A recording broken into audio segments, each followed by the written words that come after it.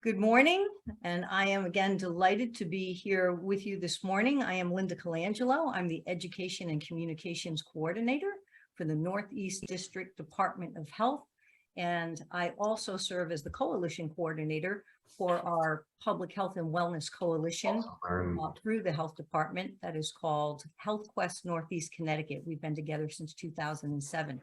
And so today, for the bulk of the morning, I will be sharing my screen with you to talk a little bit about some of the things we've had going with the Health Department and HealthQuest, and particularly this initiative that we have that has been funded now by the Connecticut Department of Public Health. We're very grateful for their funding.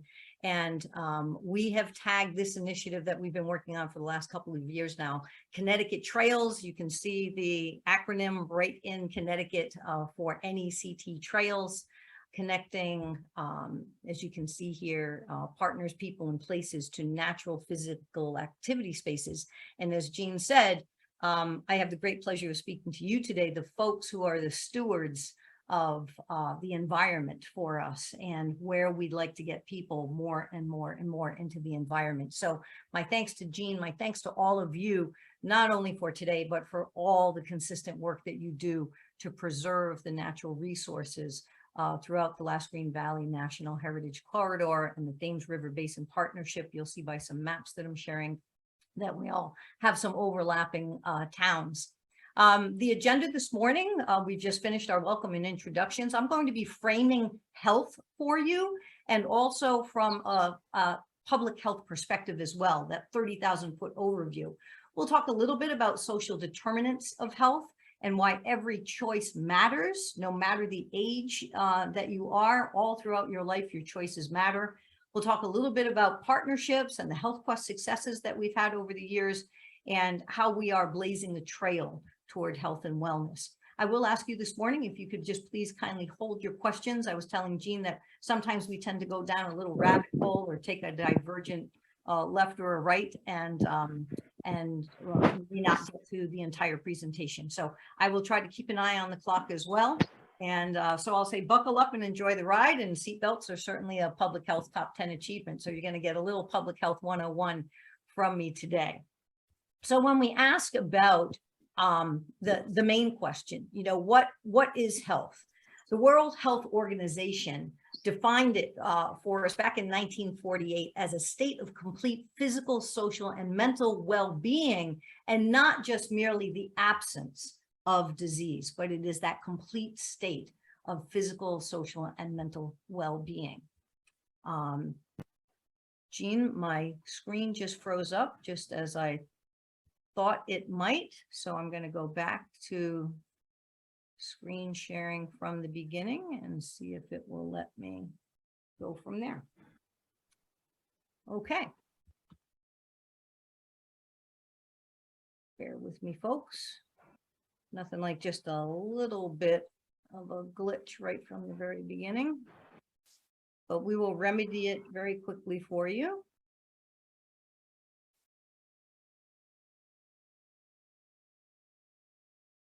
And here we go. Okay. So getting back to the definition of health, then as we frame it for public health, slightly different, it's what we do as a society that we do collectively. And I put that in bold for a reason, because it's about doing it collectively to assure that the conditions in which people can be healthy exist in our communities. Public health versus medical health, I always just kind of take it from a bare bones level. If you've ever been to a hospital or a doctor's office for treatment, you have received services from the medical health portion of the health continuum. Public health is the science of prevention. We are out there preventing illness, promoting wellness, and protecting public health. The public health focus is on prevention, as I mentioned, versus treatment.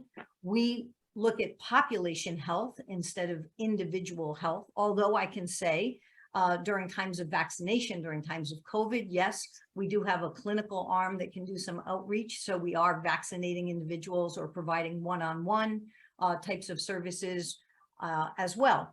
We work at shaping behaviors and helping people to modify their behaviors to make better choices that will lead them to making healthy choices. And that's why we work with the environment and partners like you to make sure that the healthy choice is the easy choice for people to be able to make. We work within policy, making laws and regulations, and working with municipal leaders to teach them how to put health in all policies, because we can talk the talk as long as we want, but until we are actually walking the walk of making sure that there are policies that guide things like lead paint. When we decided to remove lead from paint, back in the 1970s, that's when we started seeing the levels dropping, for lead poisoning and lead poisoning prevention. The identification of secondhand smoke as a public health hazard. We started writing laws, banning smoking in public places. So we focus on policy a lot, and of course, we're always dealing with real and potential threats in public health. And boy, did we are still in the middle of a big public health threat. The way we like to explain it to kids, to just keep it nice and simple, is, we want you to become a super healthy superhero. We want you to grow up with everything. We tend to say that public health is everyone's mom and dad, right? We're the ones who are always wagging the finger saying, eat your fruits and vegetables and drink plenty of water and go outside and play. Don't smoke and stay away from lead paint and get plenty of sleep. All those things that you probably heard from your parents or your grandparents, those hold true, and those form the foundation of public health. The NDDH vision, as you can see here, is a very simple one, that we have healthy people engaged in creating thriving communities. How do we accomplish it? Through our mission. The most important thing is what's right up front there. We do it through community partnerships. You can't do public health alone. You must be part of a public health system in order to promote, protect, and improve health. We happen to do it in Northeast Connecticut, and we do it in three main ways: by monitoring health concerns, preventing illness, and encouraging healthy lifestyles. And as I was putting this presentation together, I was thinking, we are a lot alike. When you talk about land conservation and preserving natural resources, any kind of conservation, when you're conserving something, you're protecting it. You're protecting it from being damaged or destroyed. You're looking at protecting those natural resources and land and returning developed land back to its natural state. You're safeguarding your resources. And so if I just term it as human conservation instead of public health, the same goals exist to prevent illness and promote wellness and protect public health. So we're both in the business of conservation. I read this wonderful article on the Successful Farming website, and I love the way they framed the fact that the key for sustainability in farming is putting new life into old soil, because soil is the lifeblood of any farm. And they compare it to, as you can see here, personal body condition. It's crucial for long-term life and health, just the same way that maintaining soil condition is crucial to long-term ag productivity. But I love this, just like the human body, right? Soil needs a stable home, it needs exercise, and it needs a healthy diet. And in addition, other ways that you're keeping things sustainable is through water quality, pasture management, building, wildlife habitats and preserving those habitats, installing solar power. If you're interested in the article that I read, I've listed it there, is their website. And so, the Thames River Basin Partnership are just natural partners to what public health is doing in their communities as well. I love this quote from that article, that most farmers are conservationists by nature because they love their land, they value natural resources, they respect nature. And of course, it extends beyond farmers and to, all the different spectrums of resource identification and what you're doing in your communities as well. NDDH, these are the communities that we protect. We cover 12 towns in Northeast Connecticut. 85,000 residents fall under our jurisdiction. We cover, we're one of the largest geographic territories in the state of Connecticut for a district. We cover 438 square miles. And we are also the fourth longest serving health district in Connecticut, established in 1973. We too are coming up on our 50th year anniversary. And so we'll be celebrating that for sure. And instead of, telling you about the towns, I thought, because, right, we're into natural resources. So let's just, share some of the beautiful visuals we have of the towns that we serve. This is aerial art photography by our good friend Leslie Sweetnam, and just stunning pictures. I like to joke that the picture you're seeing there of Canterbury is an outdoor wood burning furnace that's overtaking Canterbury, but that is, as you recognize it, morning mist, coming up on a early bird fisherman there. The beautiful bucolic hillsides of Eastford and Hampton, as we see them there, a land development that was going on in Killingly. That is the fish hatchery that you see there in Plainfield. The beautiful Bafflin Sanctuary in Pomfret. There's the city of Putnam. This is my hometown here. 27 square miles that truly make it really the only city that we have in Northeast Connecticut. Wayne's Organics in Sterling, and then you see the beautiful Thompson Hill that's there, the Union Highlands, and the beauty and hillside of beautiful Woodstock. Just had the occasion to spend a little bit of the weekend strolling through some of this beautiful, beautiful countryside that we have here. So that's our 30,000 foot view of it. Public health takes a deep dive, and we go in closer looking for, again, what we're talking about, what is guiding the health in our communities? What are the healthy choices that people are making? So when we start to look at factors that determine health, you can see here that when we talk about physical environment, it's kind of the top level, but it's 10% of what's going to determine a person's health outcome. So physical environment includes things like built environments and roads and parks and buildings, as well as environmental factors, clean air, clean water, the work that you're all doing. And that's why it's so important to link this very, very foundational piece of where people choose to live, where people choose to be healthy. It's very important to linking them to the other factors that determine their health. Clinical care, of course, we hear all about it constantly, but clinical care, including access to care, really makes up 20% of a person's health. And you'll see the two big chunks there: health behaviors, the choices that you make. That's why I said they matter throughout your life. Whether you smoke, whether you diet, exercise, sexual activity, alcohol use, all those things that you're deciding to do every day, whether or not you wash your hands, whether you get vaccinated, your health behaviors are 30% of what determines health for you in your lifetime. And then the biggest chunk is social and economic factors: your education, your employment, your income, your family, the supports that you have within your family, within your communities, where you can safely gather with your community, really impacts your health outcomes. The conditions that are necessary for health, of course, peace is, a number one condition. But the other ones that you see there are, very obvious: shelter, education, food, income, the stable ecosystems, again, necessary conditions if we're going to be existing as a species, and those sustainable resources, which is why your work is so important, to make sure that the resources we have today are here tomorrow for future generations as well. The buzzword has been equity, social justice, and social equity has been clearly a focus as we've seen some of what COVID-19 laid bare for all of us.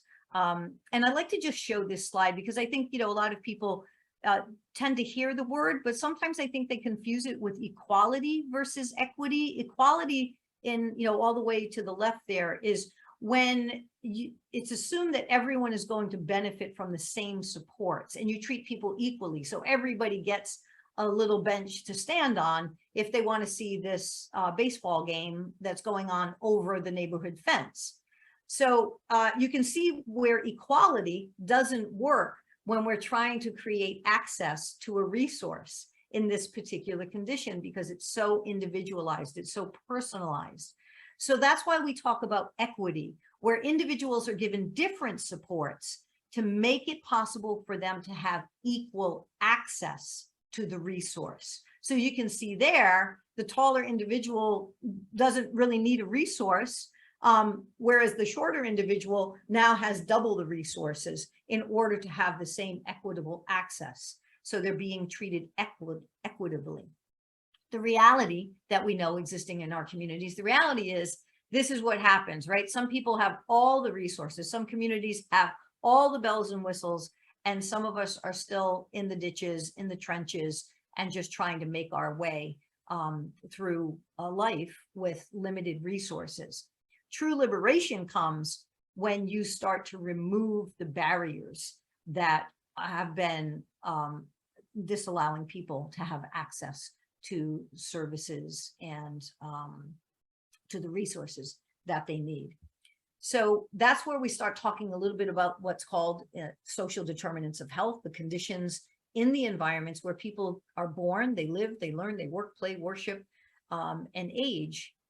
And it affects a wide range of their health, their functioning, their quality of life. You've often heard it. We heard it a lot years ago, right? During Hurricane Katrina, where people who were living in poverty, they experienced the most death and devastation from Hurricane Katrina. We've seen the same thing happen really throughout COVID-19 as well. So your health, we often say, is determined by your zip code. The social determinants are broken down into these 5 domains that you see here. And obviously you see that a big one is neighborhood and built environment, as well as education, access, and quality. That economic stability is one, social and community context, and then healthcare access and quality.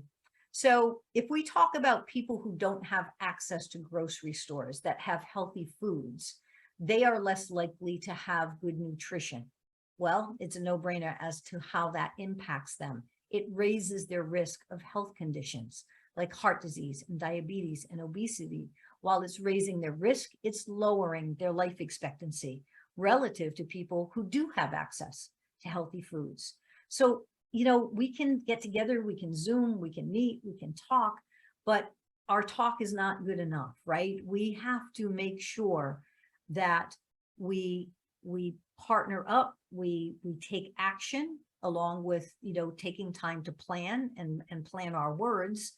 We also have to make sure that we have plans in place that will help to eliminate these and other health disparities.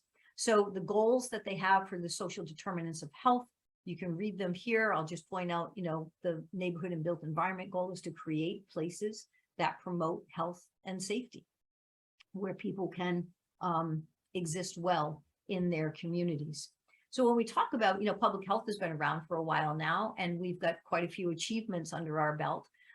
What's important about public health achievements is that in 1900, the average life expectancy was 50.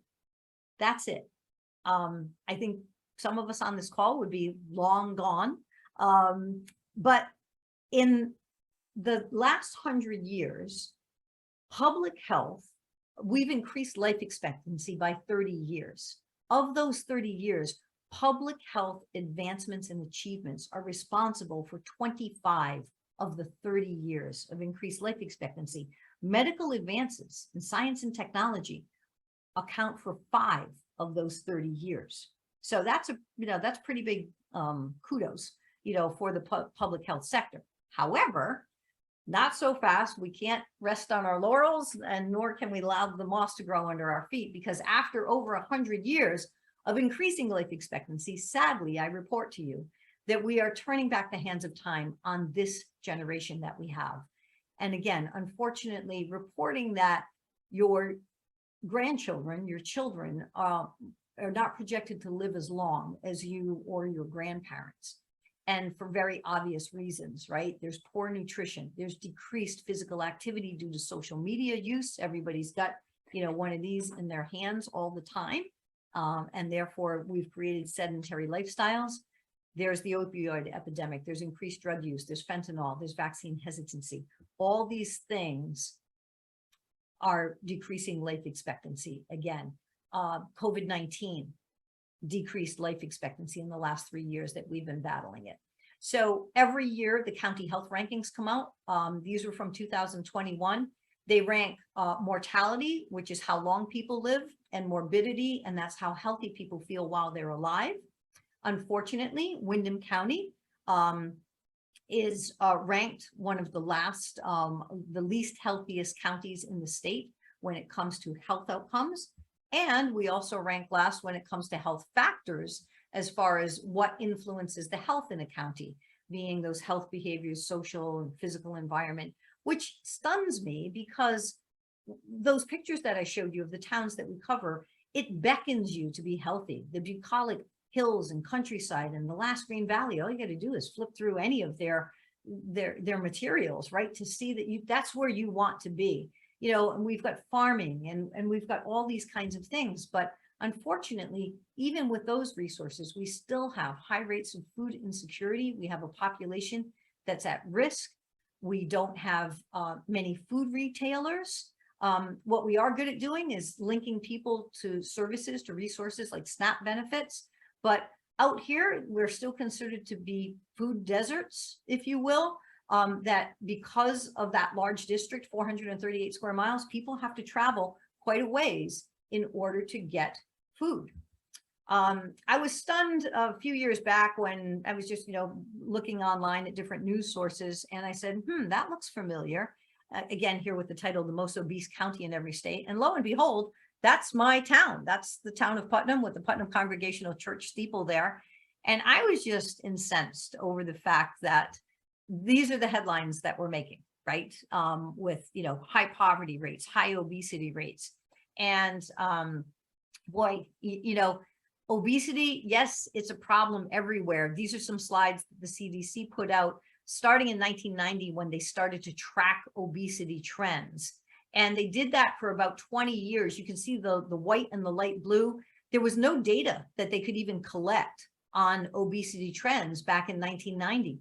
You can see how the colors started to shift in 2000 when states started to report 15 to 19% obesity rates in their states. Look at what happened in 2010. They had to change the colors of the map because they kept adding colors to denote higher rates of obesity. You can see there in those southern states, right? Upwards of 30% obesity rates. Well, they threw the whole map out in 2011. They started from scratch again. And starting in 2014, if you keep your eye on Connecticut there, right? We now are in 2014, we're up to 25 to 30% obesity rates, holding our own still in 2017. Oh, but look what happened to the state of Rhode Island. That's my birthplace. Go up on Federal Hill. You can't get through Federal Hill without chowing down on cannolis and all kinds of Italian food. I'm pretty sure that's what's increasing obesity rates in the state of Rhode Island.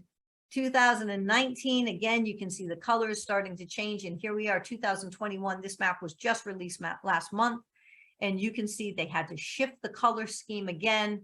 Now looking at Connecticut, Rhode Island, Maine, New Hampshire, all upwards of into that 30 to 35% obesity rate, but the rest of the country now into that 35 to 40%. Look at Kentucky, West Virginia, now upwards of 40 to 45% obesity rates that we're seeing in people. Why is that important? Because obesity is a factor, a risk factor in all these chronic diseases. All these diseases that you see here, obesity is a major risk factor for all of those. And the fact is that most US adults have more than one risk factor, not just obesity, but they're coupling it up with high blood pressure and tobacco use and physical inactivity, diets that are poor in fruits and vegetables and high in sodium and saturated fats. So, there's a lot going on out there.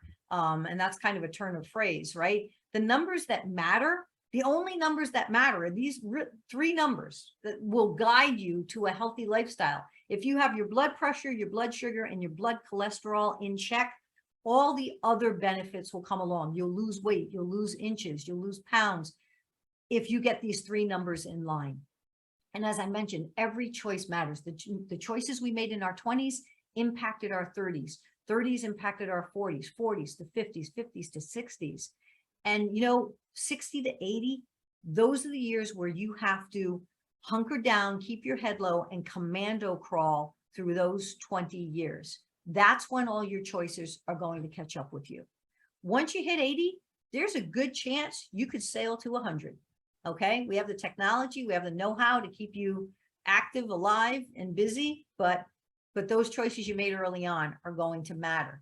The fact of the matter is we haven't had people making very good choices now for a couple of generations, and those choices are catching up with us.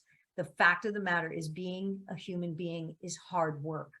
If you look at this list, I am pretty sure, if we're all being honest today, we've all dealt with multiple things on this list. At some point in our lives, you don't get to be 40, 50, 60, 70 without having to deal with a lot of the things that are on this list. So being a human being is hard work. And look, the fact of the matter is this: our original design was we were born and engineered to be hunters and gatherers, right? Back in the day, you had to either grow your own food or hunt it down, or you had to outrun the saber-toothed tiger that was trying to make a meal out of you. But we lived in a time when physical activity was in abundance and calories were scarce. Now, we've turned that equation on its head. We live in a time now where calories are in abundance and physical activity is scarce. I'm old enough to remember that when you went to a gas station back in the day, all you got was gasoline. And maybe the nice guy came out and checked your oil and cleaned your windshield for you. Now you can go get gasoline and you can get your grocery shopping and you can get a 6-pack of beer and you can load up on junky, crappy food for the week. And it's supposed to be convenient, but it's certainly not convenient to your health. And this is a way I like to frame it. Think of your caloric intake as football fields.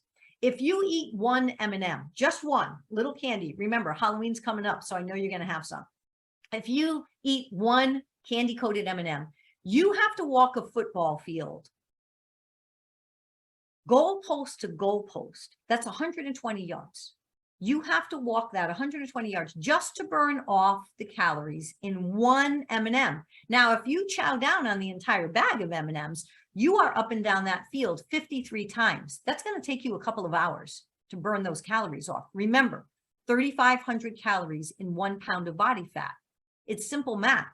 What goes in has to come out. If you want to lose 1 pound of body fat in a week, you have to take in 500 less calories a day for 7 days, or you have to burn off 500 calories more a day. That's it. Simple math. My dad was a mathematician. No such thing as a diet. Never trust a word that begins with die, okay, if you're trying to lose weight. So back to my football fields. Look at some of the things that are here, right? You want to have a beer 36 times up and down the field, a cheeseburger 110 times, but look at a fast food meal. Look at Big Mac fries and a shake. You have to walk that football field 240 times.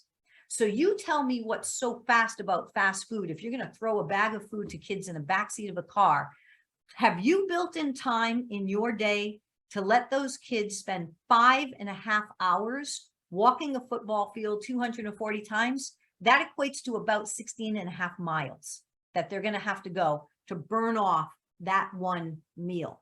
Think about that, folks. Okay. Here's another thing. We're going through the drive-through, right? We tend not to think about, oh yeah, I'll just order a shake. If you order a triple thick chocolate shake, it has 42 teaspoons of sugar in it. That's the equivalent of ordering 13 hot apple pies.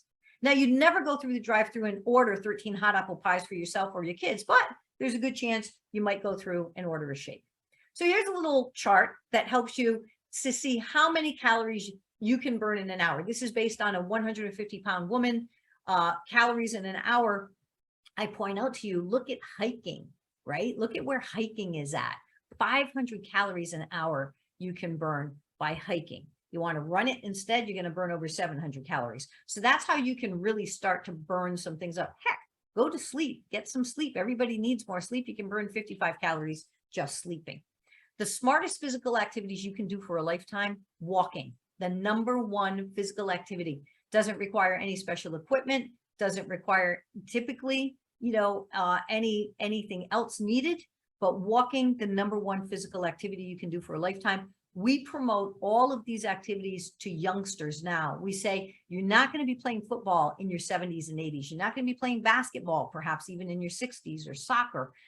You want to adopt a couple of these activities that you can do for a lifetime. But if you don't want to listen to me, hey, take it from Thomas Jefferson, who said, walking is the best possible exercise. Habituate yourself to walk very far. Or you can listen to the doctor of the church, St. Augustine, who said, salvitur ambulando. It is solved by walking.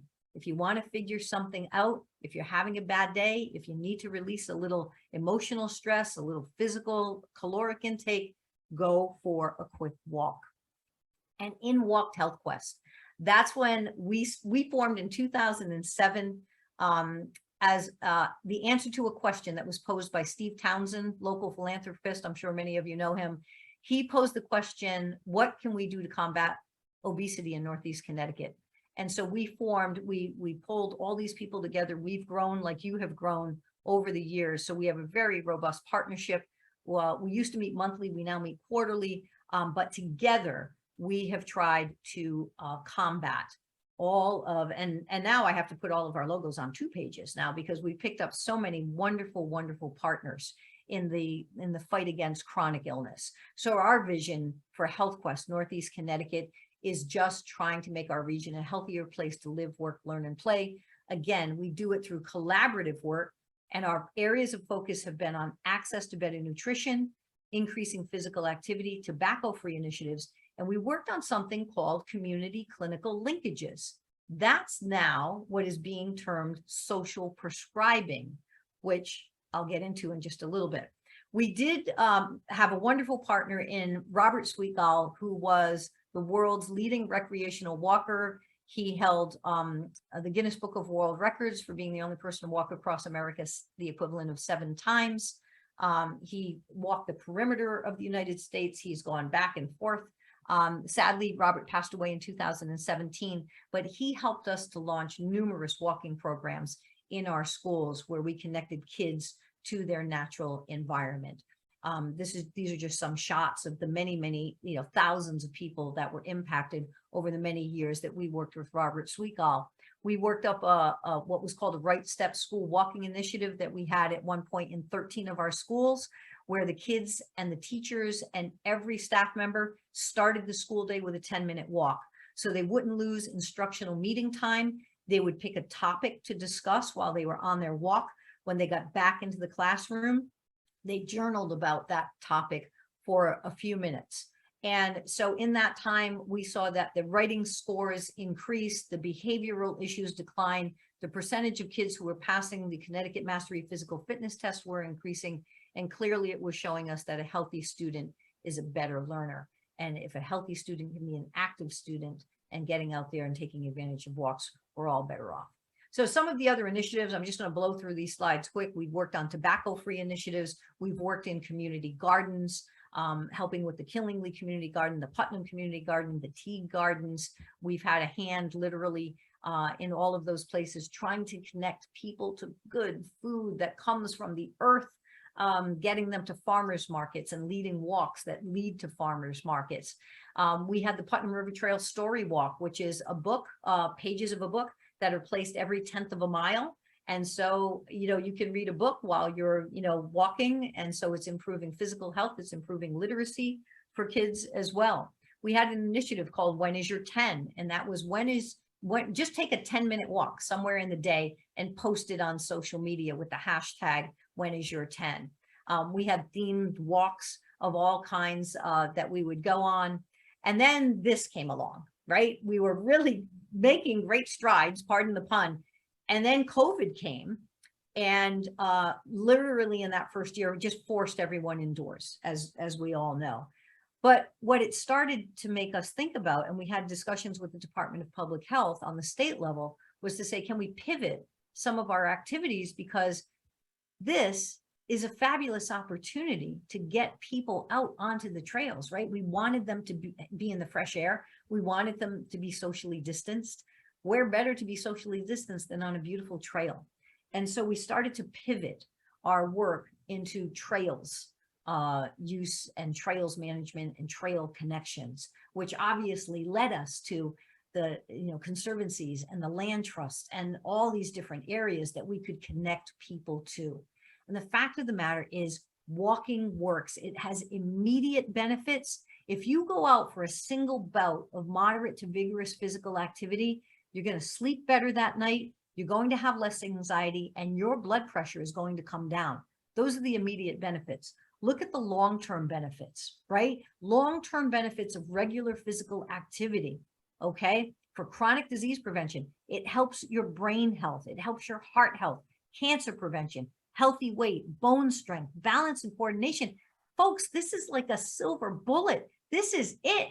This is what we want people to have. It doesn't come in a bottle. It doesn't come in a bag. It's just get your 2 feet out from under you and get them walking and get out there. If you need to know whether you're having moderate intensity or vigorous intensity, do the talk test, okay? If you are walking briskly, that's about 3 miles an hour, okay? You're not doing a race walking, but you're walking briskly, okay? You should be able to talk, okay, but not sing, okay? So try singing happy birthday. If you can't sing happy birthday while you're doing this talk test, you're getting moderate intensity. If you're at vigorous intensity, you can't say more than a few words without pausing for a breath. So just think the last time you were, heavy in the garden or playing tennis or racing or jogging, and it was every couple of breaths, you just had to get a few extra words out. That's a vigorous intensity workout. But again, the anatomy of walking, the immeasurable health benefits with just 30 minutes a day, 5 times a week, guaranteed will make you a healthier, happier person. Try it. Just try it and get out there in the beauty of our natural surroundings. Walking is that antidote to that hard to be a human list that I showed you. It does all these things for you. It enhances your creativity and your connectivity. It controls your appetite. It improves your balance, your coordination. And as my good friend Robert Sweetgall used to say, walking adds years to your life and life to your years. You can reconnect with your friends and your family on a walk. Tell people to put their phones away, and you're just going to explore the natural beauty that's around you. And that's what's gotten us here to blazing a trail toward health and wellness, getting out on these beautiful trails and doing the work that we're trying to do in connecting people. We found some great partners. We're participating with Yukon Extension with their Connecticut Trail Finder project. Starting in November of 2021, you can see there that little red circle, okay? There were no trails that were populated on the Connecticut Trail Finder website yet. Okay, this is an interactive map. It's a great, great resource. There weren't any there yet, but by March of 2020, and the reason why it takes a while is because these have to be put on by trail managers. This is not a crowdsourced website. Trail managers must be the ones that are putting up the information about these sites. So here we are in March of 2022 with 7 trails, and then we just kind of exploded, and you can see that it's becoming the resource we want it to be. The Connecticut Trail Finder now showing 215 trails on this website, throughout Connecticut, and that's just going to continue to grow. We've, as HealthQuest and the funding that we've received through the state of Connecticut, we've done some pretty big campaigns. We've been out there with print and radio and social media, trying to get people connected. Cannot say enough. And I'm not saying just this to blow smoke at Lois and Lyanne, who's on the call today. The Last Green Valley has been a priceless partner on HealthQuest for many years now. But there's the major link for us right in our district, right down the road, our great partners at the Last Green Valley, to just, Walktober in and of itself and spring outdoors. These are the things, everybody should be a doctor prescribing Walktober, prescribing spring outdoors. It's right there. It's right in your backyard. Tackle the Trail, right? Could not have asked for a better weekend for Tackle the Trail. Over 300 runners representing 3 different countries and 15, 17 different states, just growing to be a signature event. So lots of things we're promoting: Connecticut Trails Day weekend, National Public Health Week. We're working with the town of Thompson and the town of Pomfret. All these partners just doing great work, promoting, you know, the airline State Park Trail, the little maps that were made. They were like hotcakes. They just flew off the shelves. We'd love to get more of those printed. Again, working with the Last Green Valley and their heat tap assessments, because it's so important to make sure people can not only get to the trails, but they can get on the trails. So having these assessments done of the trails, very important work that's being done. We're promoting walks, you know, themed walks, anybody who can get out there. We were at the Blaine Bridge reopening. That there's an event that was 25 years in the making, just to put that pedestrian bridge back there. Hey, the health department recently scored first place in the scarecrow contest in the town of Brooklyn. Why? Because we adopted the scarecrow from the Wizard of Oz and made sure everybody was hiking and pointing the way toward better health and more energy and restful sleep with help from the scarecrow from the Wizard of Oz.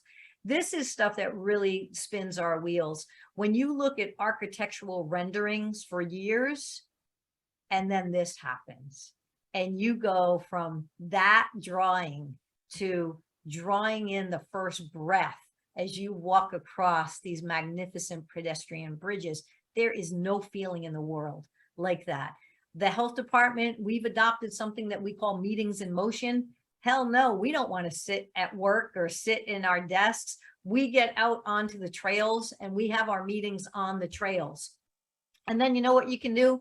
You can be out there and you can have special occasions on the trails. Our public health programs manager, Amanda Sinelli, just got married back in August. We threw a little event for her called the Veil on the Trail, and got some fantastic pictures, just reminding people you can get out on a trail for special days and any day. And a trail will absolutely make that day extra special for you. So again, just more steps toward positive change. HealthQuest now gearing up for a 4th year of funding with the Connecticut Department of Public Health. And that small grant that we have is just to allow me to help coordinate this type of work that you see going here. So our focus for this year is doing this social prescribing, trying to get physicians to prescribe nature to people to promote the physical and mental health benefits of the environment and the economic benefits of trails use, right? Because if you're bringing people in, there are going to be spillover economic benefits to having more people in your community. As I mentioned, we want to improve access to the trails and on the trails. We want to better target our populations, and we want to continue to populate the trails on the Connecticut Trail Finder website. Look, I think it's great that healthy people know get healthy on a trail, but we want to get to the people who don't know that. We want to get to low-income families and people with disabilities and families and inexperienced trail users to get them to the trails. We want to work with NECOG this year to see if they can put some trailheads on their routes, you know, to be able to drop people off and swing back by, pick them up. Maybe they were able to go for a 15-minute walk, a 30-minute walk. So we want to gear up for this ride with partners to make sure that we can get people to the trails and then onto the trails. Well, our next steps are very literal next steps. We're working with Dr. Della Corcoran from West Hartford. She's a pediatric physician. She developed Outdoor RX Connecticut. This is the prescription program to get people out onto the trails, to link physicians to this program. And as you can see here, the goals, right? We want to improve the mental and physical health of Connecticut's children and families by facilitating access to outdoor spaces and activities, by educating providers, providing healthcare providers with new prescription pads so they can write prescriptions to get people outdoors. We want to improve the recognition of access to nature and outdoor green spaces as what we talked about, a social core determinant of health. We want to increase community connectedness through outdoor experiences. And here's right where we're supporting the work that you're doing, increase awareness of conservation efforts so people know the extreme work that goes into protecting open space and developing land trusts and you know, protecting these magnificent natural resources that we have. If you haven't seen it, there was a wonderful article about social prescribing in the summer issue of Connecticut Woodlands magazine. It was all about Dr. Della Corcoran and the rise of nature prescriptions. Again, this is, groundbreaking work, pardon the pun, but we're trying to get out there and really promote this year. This is, you're seeing it here first. This is what our prescription pad is going to look like. It's going to be able to let the physician check off any number of outdoor social activities, or they can list their own, they can list the frequency, and then the different partners that we have listed who are supporting the outdoor RX nature fix for people. We know we're on the right track because this year the World Health Organization just released this toolkit on how to implement social prescribing. So this is a 54-page document, plenty to read, but we know that we're on the right track. And then you may have heard the term forest bathing, right? This is a Japanese culture of forest bathing, meaning just reconnecting with nature, getting out into the woods to take care of your social, your mental, and your physical health. And that's the way I thought I would wrap up my presentation to you today. You've been kind enough to sit through it with me today. And I thought I would take you on a little virtual tour of what I did and where I went this weekend, so we could have a little forest bathing together. This beautiful panoramic landscape, anybody happen to know where it is? That is behind the Woodstock Town Hall. That's it. Want to go pay your tax bill? Stop after you've paid your bill and then just take the scene and you'll feel a whole lot better. Okay. So beautiful, beautiful landscape, right? This is the beautiful view that the kids have at Woodstock Academy from their cafeteria. This is just that gorgeous tri-state area that you can see. Here's the beautiful West Thompson Dam. Here I am, proof pudding. I was out on a trail. And then again, at the dam, just again, the beautiful scenery, just breathing it in is just so very, very healing. Look at the colors. I was shocked. I thought that the drought that we had this past summer was going to severely impact the colors that we were going to see this year. And I cannot think of a year that we've had more spectacular colors. This is from Woodstock Orchards up on Woodstock Hill with the beautiful First Congregational Church steeple in the background there. Again, from behind Woodstock Academy. This is the Woodstock Green. Just again, coming around behind the Woodstock Town Hall. And at the end of the day, really public health is just about, we want to be known as the happiness and well-being agency, right? That's all we really want to do. We just want people to lead happy lives, to lead healthy lives, to not only have quantity of years, but to have quality in those years. And so the way we do that is with all of you, with our partnerships that we've created, that we have people working on people, we have people working on land and oceans and on the environment and on resources. Everywhere you look, that somebody is, trying to raise somebody up in our community. So that is our initiative. That's our work. I, again, could not be more happy to have spent this time with you this morning. Jean, thank you. A million thanks to you for allowing us to just, brag on a little bit about some of the work we've done, but with great anticipation, look at all that lies ahead of us when this is the view of what we get to see by connecting people to nature. So I thank you so very much. I wanted to end with a picture of my beautiful friend, Robert Sweetgall, who truly was the man who took the first steps of leading us on the walks in Northeastern Connecticut, and we're proud to uphold his legacy. So